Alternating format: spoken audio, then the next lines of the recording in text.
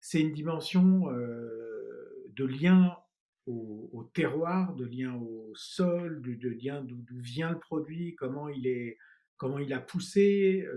C'est un lien aux saisons, au temps, à tout ça. Et puis c'est une activité technique et c'est une activité généreuse aussi. C'est une activité technique parce que il faut que les plats soient cuits, qu'ils soient cuits ou prêts en tout cas au moment où on passe à table, que tout le monde soit servi, qu'il y en ait pour tout le monde, que ce soit, enfin voilà, il y a beaucoup de choses à faire pour qu'un repas soit servi dans des bonnes conditions. Et puis c'est un don, c'est aussi voilà, c'est un cadeau qu'on fait aux gens. Donc voilà, je trouve que ça réunit énormément de choses.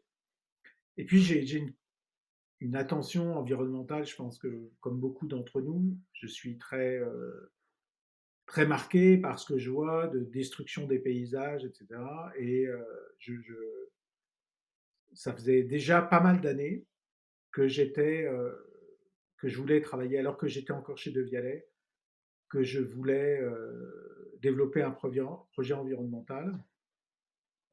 Et à vrai dire, le déclic, ça a été un voyage que j'ai fait en Californie en 2017, à l'été 2017, où j'ai vu parce que j'allais beaucoup en Californie pour De Vialet, mais j'y suis allé en famille, on a visité la Californie et j'ai été effondré par l'état de l'agriculture californienne, la, la destruction massive d'espaces, les réserves d'eau à sec. Enfin, T'avais un référentiel? T'étais déjà allé une fois et puis il y a eu une différence entre la j'y fois allais tout le d'avant. temps. Ah, ok. En fait, j'y allais tout le temps. Donc, mais là, j'y suis allé pour faire du tourisme, en fait. Alors Ah, que d'accord. d'abord, d'habitude, j'y allais pour. Voilà. Et en fait, j'ai vu la production d'amandes avec des amandiers grillés, voilà, pas un brin d'herbe qui pousse, voilà, des systèmes qui ne marchent que par l'irrigation, des milliers de vaches sur des. Il y a peu qui voient pas un brin d'herbe de leur vie. Enfin, voilà. Et je me suis dit, si c'est ça le modèle qui nous attend, alors on est vraiment foutu, quoi. Et donc, je me suis dit, il est temps de se bouger. Non pas que l'agriculture ici soit parfaite, mais en tout cas, ce qui est sûr, c'est que le contre-modèle, il est clairement américain, quoi. Ouais. Voilà. Et c'est clairement à ça Et il y a qu'il faut. suffisamment de volume pour voir à quel point ça peut être pervers si les gens ne tiennent pas compte ne tiennent pas compte des bons modèles à mettre en place, quoi.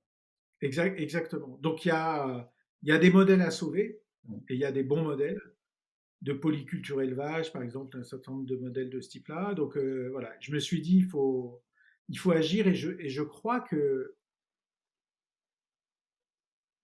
je crois que quelqu'un peut faire la différence dans nos vies. On peut dire, mais c'est à l'État de résoudre les problèmes, mais ça dépend des autres, mais voilà, etc. Moi, je ne suis pas dans cette philosophie, pas, non pas que l'État doit prendre sa part, évidemment, il doit prendre sa part. Je veux dire, chacun d'entre nous, quotidiennement, et parce ce qu'il entreprend, peut changer les choses. Voilà, chacun va le faire avec ses talents particuliers, ses capacités particulières, ses moyens particuliers. Mais voilà, moi, je me suis dit, je suis un entrepreneur, et cet entrepreneur-là, il ne peut plus vivre dans un monde dans lequel il a le sentiment de pas agir pour contribuer à résoudre le problème qu'on voit dans l'agriculture. Voilà, ça, c'est ce qui m'a poussé à agir. Et la façon dont je l'ai fait, c'est un peu comme De Vialet. Donc, c'est-à-dire On que, va revenir rapidement sur De Viala, même si c'est pas le centre du oui, sujet, mais bon. Voici, je t'ai coupé. ouais, je t'en prie. Non, c'est-à-dire, c'est pour résoudre un problème comme le problème du modèle agricole actuel, euh, il faut dépasser les solutions qui existent. C'est-à-dire, voilà, noter l'état de santé de les sols. Personne ne l'a fait auparavant.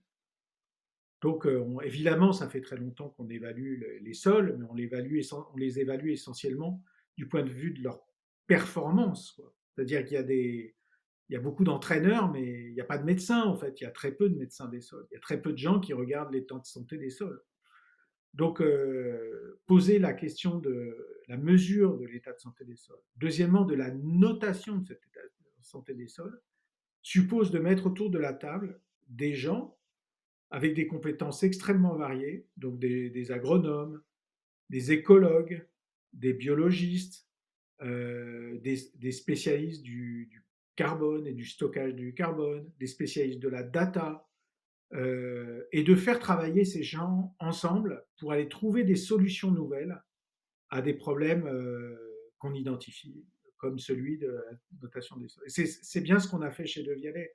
Chez De Vialet, on a mis des acousticiens, des spécialistes du traitement du signal, des mécaniciens, des électroniciens, des micro-électroniciens, pour aller dépasser les frontières de chacun des domaines en mêlant des sciences et des techniques différentes qui peuvent avoir des liens quand on les fait travailler ensemble qui permettent de dépasser les réponses actuelles.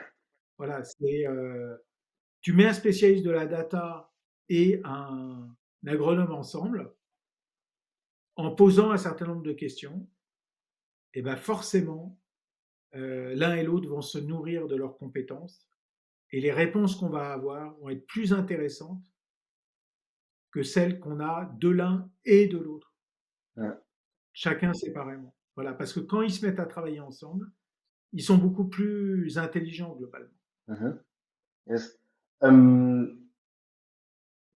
Si on revient justement sur... moi, j'ai une question qui me vient de façon instantanée. Est-ce qu'il y a des, pour certains sols, est-ce qu'il y a des peines perdues? C'est-à-dire, est-ce que pour un sol, par exemple, qui est noté 5 sur 100, c'est mort, quoi. Ça sert à rien, on peut plus rien faire. Jusqu'à présent, c'est dans les 55 000 analyses de sol qu'on a pu faire, c'est rare, voire très rare, qu'il n'y ait aucune solution. Ça arrive dans des sols très très très pauvres qui ont été extrêmement bombardés du point de vue chimique, par exemple. Ah, Voilà, des peut-être sols très de la sableux, radioactivité, peut-être. avec voilà, qui ont été matraqués du point de vue chimique. Et dans cela, bah, voilà, un jour, ces sols peut-être retrouveront une certaine activité, mais c'est compliqué. Pour le reste, il y a toujours des progrès possibles, hein. Il y a des sols qui ont des problèmes d'érosion. Bah, l'érosion, on peut la freiner, on peut reconstituer le sol. Voilà, on dit qu'il faut 100 ans pour faire 1 millimètre de sol. Mais il n'empêche qu'on peut recréer des dynamiques positives sur le sol beaucoup plus rapidement que ça. Donc on peut agir et il faut agir, on peut agir dès maintenant. Mhm. Est-ce que toi, tu crées ta première boîte, t'es encore en études, c'est ça? Ouais. Et c'était dans quoi? C'est la boîte, une boîte de consulting? Ou... En fait, en fait j'étais étudiant à Dauphine Mhm. et je faisais une boîte enfin j'ai fait plusieurs choses. D'abord une boîte qui vendait du matériel informatique pour aider les entreprises à s'informatiser. C'est dans les années 80, tu n'étais pas encore né. Ouais. Euh, euh, donc ces boîtes-là s'informatisaient, hein, c'était le début, et donc j'aidais des acteurs à s'informatiser, notamment des professions créatives comme des architectes ou des gens comme ça. C'était au moment de l'avènement du Macintosh, tu vois, des imprimantes laser, enfin des choses qui paraissent bien vieilles aujourd'hui, mais qui Mhm. étaient, voilà, c'était l'avènement de tout ça. La deuxième chose, c'est que j'ai développé un logiciel d'analyse et de prévision financière euh, et un bouquin avec un de mes profs. Analyse financière, un logiciel de, Ouais. une sorte de Boursorama, quoi, ou... Non. Non, non, c'était un logiciel pour faire de la prévision financière, de la prévision de financement en fait Ok. pour les entreprises. Euh, donc c'était à la fois un bouquin, à la fois un logiciel. voilà, qu'on a commercialisé, qui est sorti aux éditions d'organisation, enfin un certain nombre de choses comme ça. Donc j'étais un étudiant extrêmement actif. Et comment tu as fait ça Euh, en étant juste étudiant, d'aller sourcer comme ça? En plus, à l'époque, j'imagine qu'il n'y avait pas suffisamment de contenu hyper poussé sur le sujet pour s'en inspirer, peut-être produire quelque chose d'équivalent. Bah en fait, pendant que j'étais en terminale, j'avais commencé à travailler déjà. Euh, j'étais vendeur chez Ediard, une épicerie de luxe. De luxe. Mhm. Euh,